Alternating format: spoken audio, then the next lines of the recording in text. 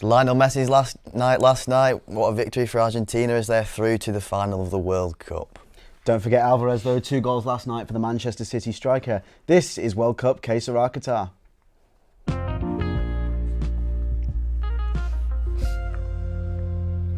Welcome to World Cup Sera Qatar, a podcast produced and presented by sports journalism students from the University of Central Lancashire, live from our TV studios here in Preston. I'm Matt Salmons, a second-year sports journalism student at UCLan. And I'm Ben Keithley, also a second-year sports journalism student at UCLan.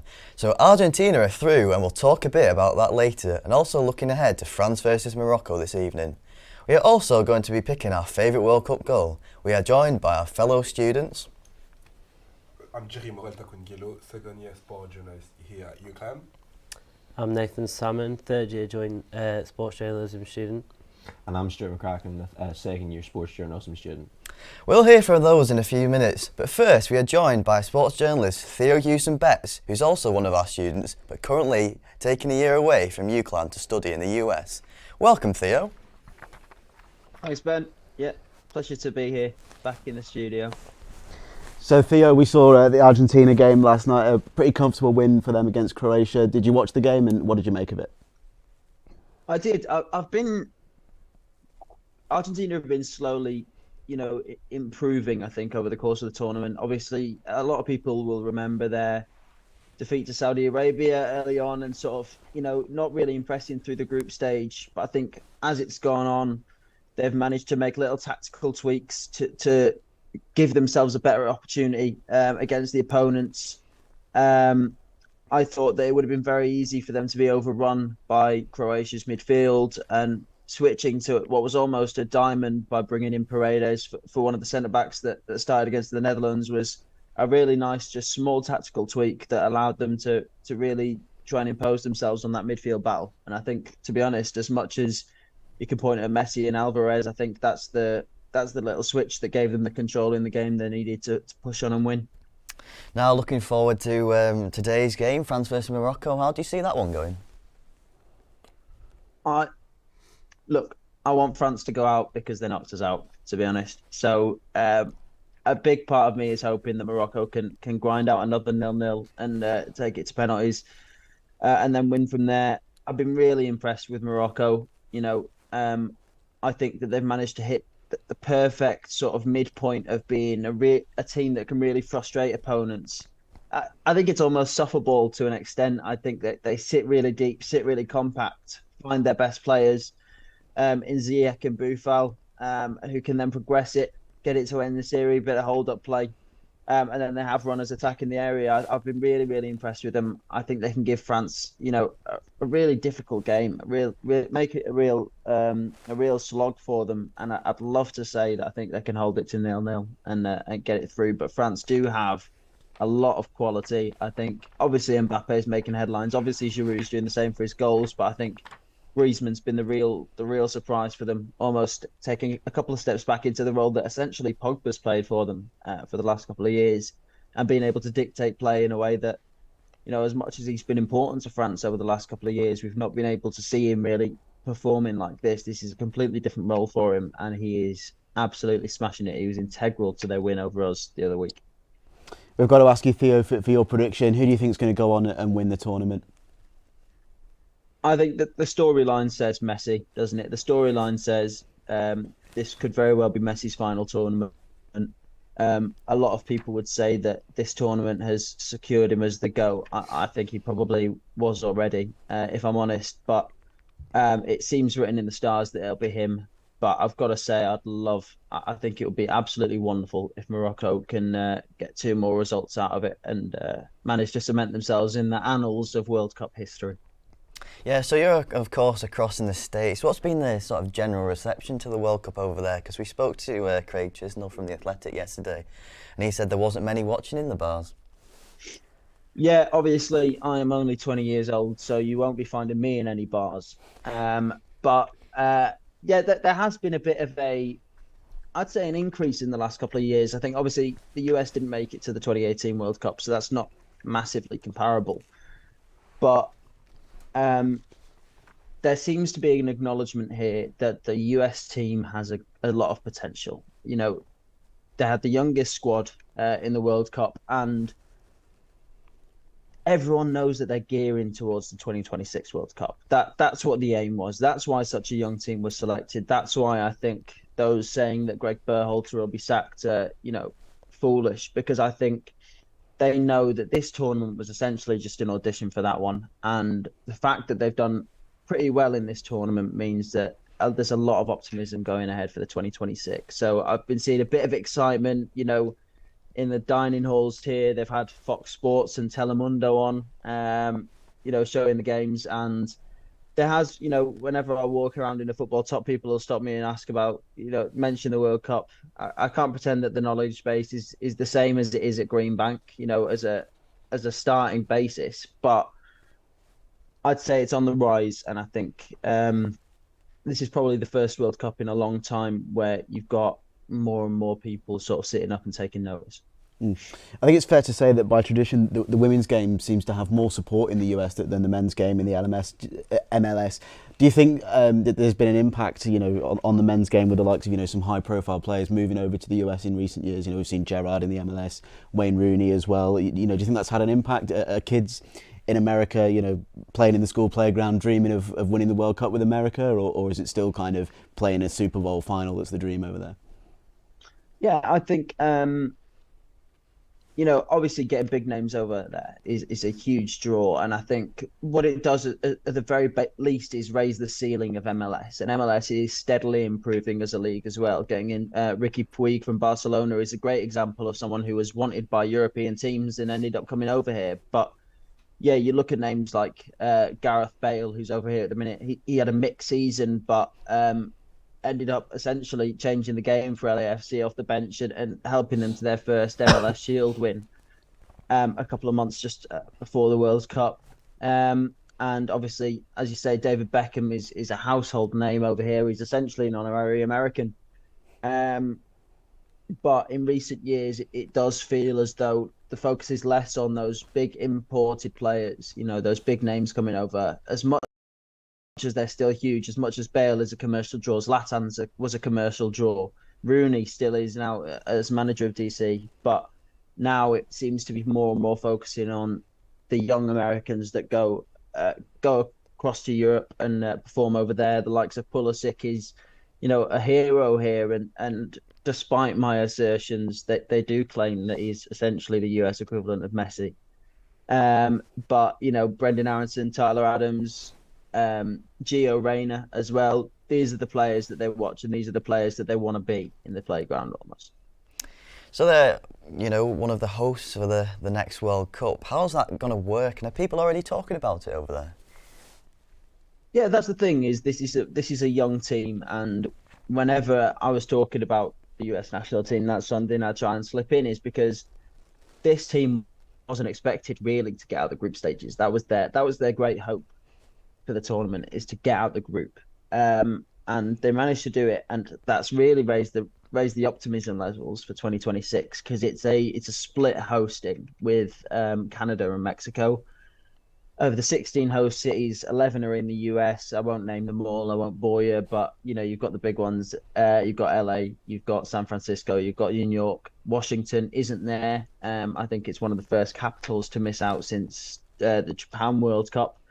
But the three cities in Mexico, you've got Monterrey, Guadalajara, and Mexico City, with Vancouver and Toronto being the Canadian choices. It's obviously a much wider scale World Cup than Qatar, so it's less. You certainly couldn't get Thogden running around and managing to get to every game. But it is set up to be a really exciting thing. A lot of the games will be taking place in NFL stadiums that are adapted, but there's a few soccer stadiums as well. The big change, of course, for 2026 is that it's going to be a 48-team tournament. They've raised the number of teams participating. As it stands, talks are still going on as to whether that will be made up of 16 groups of 3 teams. But the noises that have been coming out from reporters who are close with the FIFA decisions panel seem to think that the success of the 4-team groups in this year's tournament means that it's more likely that we'll keep that group format and just see it expanded to 12 groups. And Theo, we've got to ask you just before you go, your favourite World Cup goal of all time. We're going to hear the pundits in the studio here later on. Have you got one for us? I know we only asked you 5 minutes to go to prepare one, but what have you come up with? Yeah, it might be recency bias. I think I did absolutely. I think that the confidence that the Netherlands must have had to pull off the free kick routine that they did at the end of the Argentina game, I Good think shout. is massively admirable. But the first World Cup goal that I ever saw, and again, I think you've got to be biased in these situations, was Sifway Shabalala at the beginning of the 2010 World Cup. And as much as I think that Jabalani's sort of undermine the quality of the goal just due to its unpredictability, I think that for the moment, for Peter Drury's commentary, for it being literally the first goal on the global stage that I witnessed. I think the only goal I remember earlier than that was Didier Drogba's FA Cup final free kick against Portsmouth, and I'm certainly not a Chelsea fan, so that's well, as far from my brain as it can be right now. I think I'm gonna go Shabalala, but I want to shout out Wout Weghorst for pulling off that free kick routine. Cheers, Theo, and enjoy today's game and the rest of your time across in the States. And we'll see you next year. Will do. Yeah, thank you, fellas.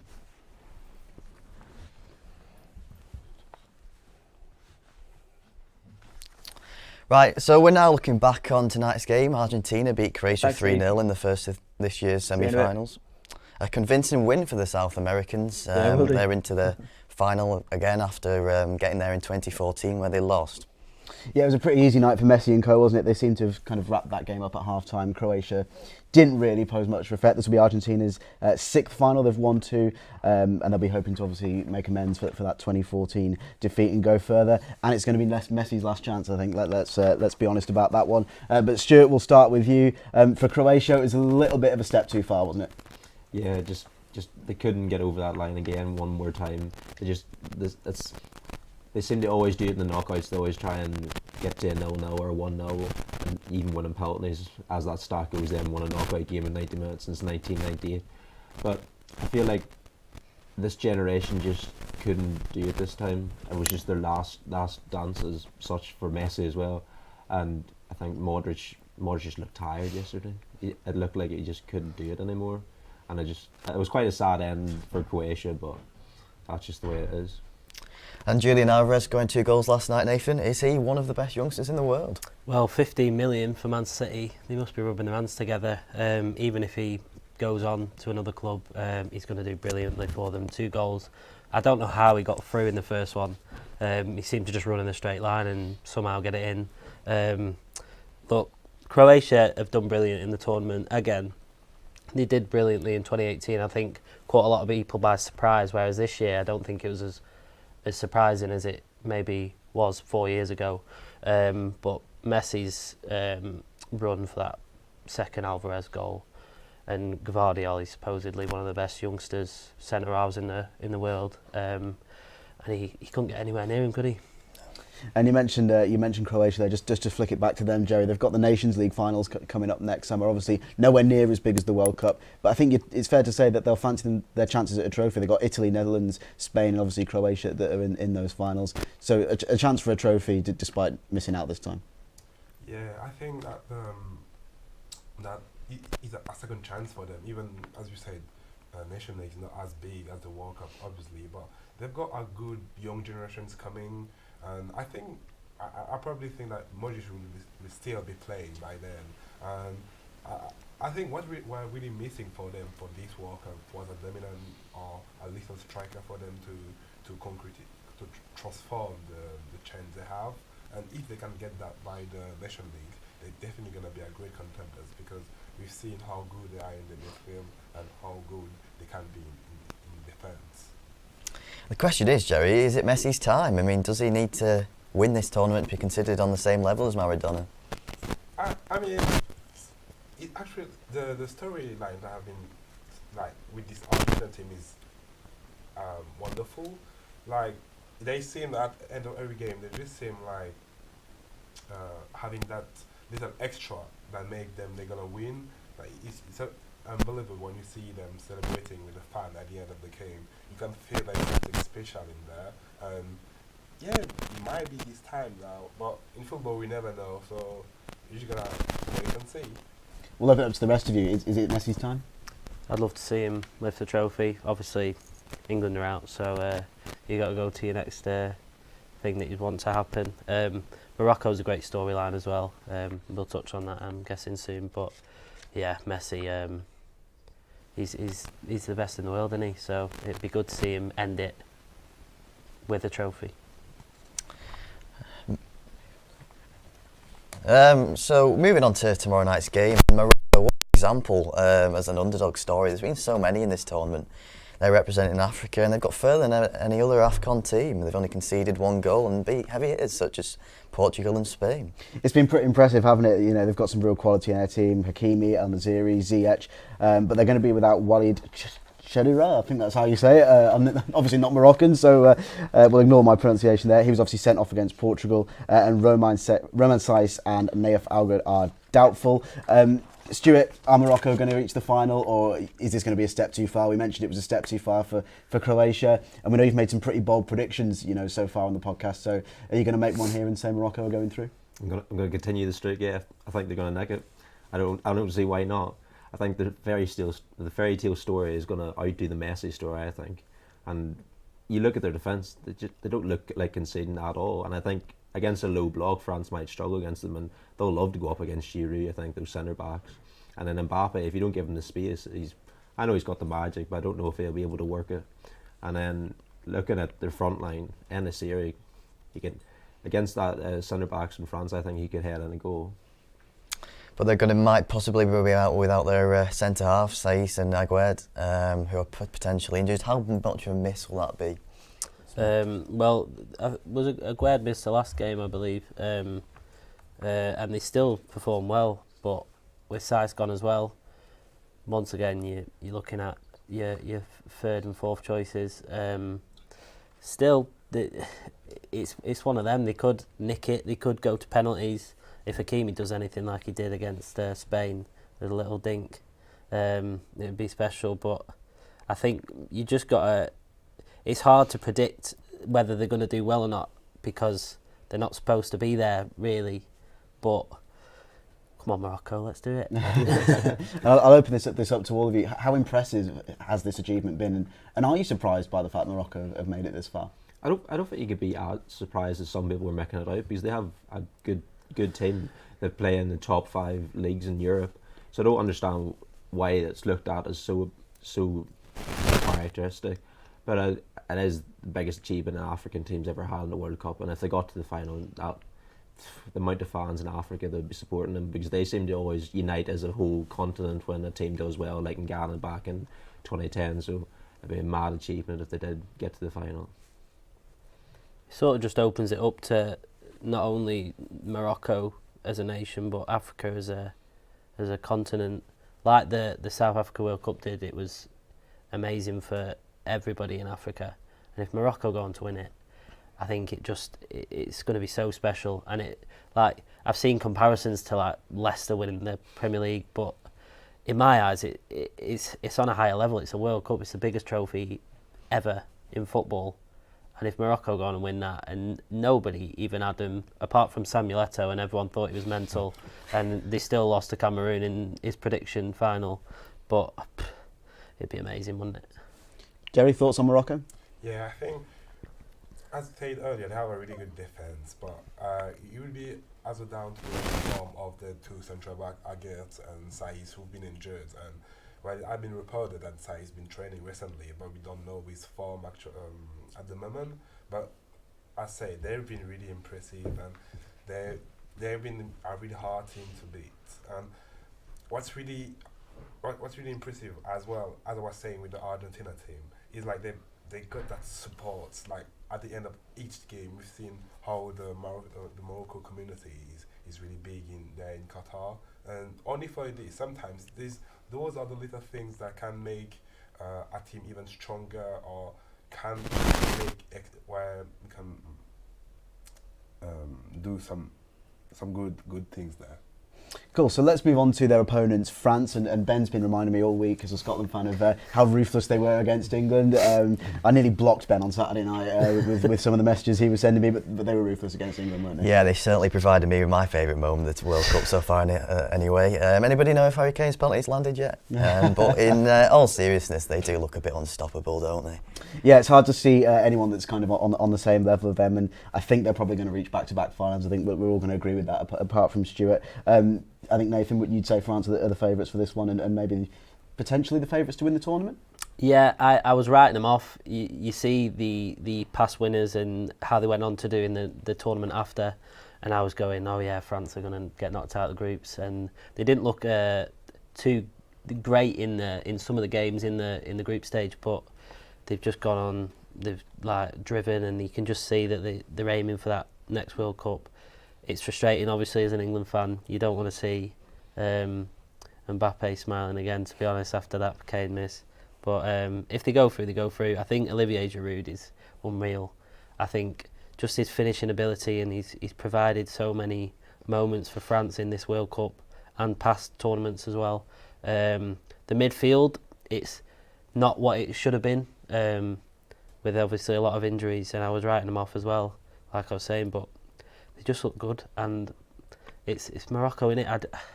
It's hard to decide what's going to happen. This one's more, I thought Argentina were going to go through yesterday, and this one I think could go either way. If Sofiane Amrabat just man marks Mbappe or something, sort of like Ji-sung Park did against Messi in the Champions League 10 years ago, I don't know. I don't know. I can't decide. Do you think they can blow away Morocco, Stuart? No, I don't know. I don't see that happening. I think Morocco will hold firm. I think their defensive qualities are, as shown in this tournament, they've only conceded one goal, and it was an own goal against Canada of all teams. So I don't see why they can't keep it going. They've done it against Portugal, Spain. They just make, this is the Europe trio. They just want to down three of the biggest footballing nations in Europe, and they could have beat them in the way to final. That's some story in itself, even if they don't win the whole thing. I'm surprised you didn't clock on to the Giroud comment, Stuart, as an Arsenal fan. I thought you'd be predicting like a Giroud hat-trick, France 6-0 win. Jerry, let's talk about his strike partner though, Kylian Mbappe. Arguable to say that he's the best player in the world at the moment. I think probably the rest of us would agree with that. He has such a big influence on big games for France, doesn't he? And he always delivers in the big moments. Yeah, he does, to be fair, Kylian Mbappe. For now, since that last World Cup that he won, he's been absolutely brilliant, and he didn't stop improving his game. And I don't agree. I think France have a really good chance to go through, because unlike the past team that Morocco beats, France have these like pace and quickness that in the wing that other teams doesn't have. And we've seen against Spain, once Nico Williams came on, that the Morocco defender were really struggling to keep up with him because he was so fast and really have good technical abilities. So, and that's what France have, you know, when, of course, we said we don't have to say how good Kylian Mbappe is, and on the side is Dembele, and on the bench is Azo, Marcus Thuram. And only for this, I think they have players that are so dominant individually that they could unlock that Morocco team. I think as well, Achraf Hakimi knows Kylian Mbappe very well, so it's going to be a good test to see how them two get on. Both very fast, both know each other very well, and they're good friends as well. You've seen they've been tweeting each other and stuff, so we'll see what happens. And there's been talk of a large number of supporters from Morocco going to the game, with only sort of around 4,000 France fans. Do you think they'll be able to deal with that sort of pressure, the French? It's like a home game for Morocco, isn't it? Every game's been like a home game. They're the 12th man, aren't they? That's probably what spurred them on so far. They're brilliant, aren't they? And they've been noisy, and when they do score, the stadium erupts. So you seen that last night in the Argentina game. It was packed out of Argentinian fans, hardly any cohesion. So it does definitely make a difference. I mean, if you got fans cheering you on, you're going to do that extra 110%. You've heard of Amrabat taking injections and that just to get him through the next game. And I think that's what the centre backs will be doing to try and get fit for this game, because it's the biggest game they'll ever play in their careers, those Moroccan players. Now, there's been some great World Cup goals from Maradona to Michael Owen and Ronaldinho too, but my personal favourite is Maicon in 2010 when he scored from the byline. Unbelievable skill to pull that off. Also, a notable shout out to Archie Gemmill in 1978. What a goal that was. Yeah, I think my favourite for me has got to be that Robin van Persie one in 2014 against Spain, the kind of scorpion header thing that he did. We were talking in our kind of production meeting this morning about recreating some of these goals in the studio, but we know our technician Brian is out on holiday at the moment. Hi Brian. So yeah, we're not going to do that and start kicking footballs around the studio, but we'll open it up to you guys. What are your favourite World Cup goals? We'll start with you, Jerry. My one was in the last World Cup. It was the Benjamin Pavard against Argentina. I just like it because, first of all, I like goals when it involves both defenders. So it was Ricardo Hernandez for the pass and Benjamin Pavard, and the composure he had when he struck that ball was just really good. He was a young lad as well at the time, and it's just glided in top corner. Very good. For me, there's two Rodriguez, Maxi Rodriguez against Mexico for Argentina in 2006, and James Rodriguez for Colombia. I think it was round 16 or quarterfinals 2014. Both stunning volleys. I love a goal that comes off the bar as well, and James Rodriguez was just perfect, and I think that's what sent him to stardom. Granted, he's not done the best since he's moved to Real Madrid and the loan spells and stuff, but that volley for me was special. Well, I had picked Shabalala until Theo obviously didn't read the script that he picked that, and obviously that the memories you have of that goal goes in. The Peter Drury's goal for South Africa, goal for all Africa, a bit like Morocco at the mat. But if I had to change it, I'm going to go for 2010 Quagliarella, like a wee pitching wedge, danked it over the goalkeeper, and then that classic celebration, doing that in the PE, scoring the five-a-side. Oh, the memories it does. Some great goals there, certainly. Yeah, so that's it for today. Thanks to our special guest, Theo Hewson-Betts. Looking forward to him coming back from the US to finish his studies with us at UCLan next year.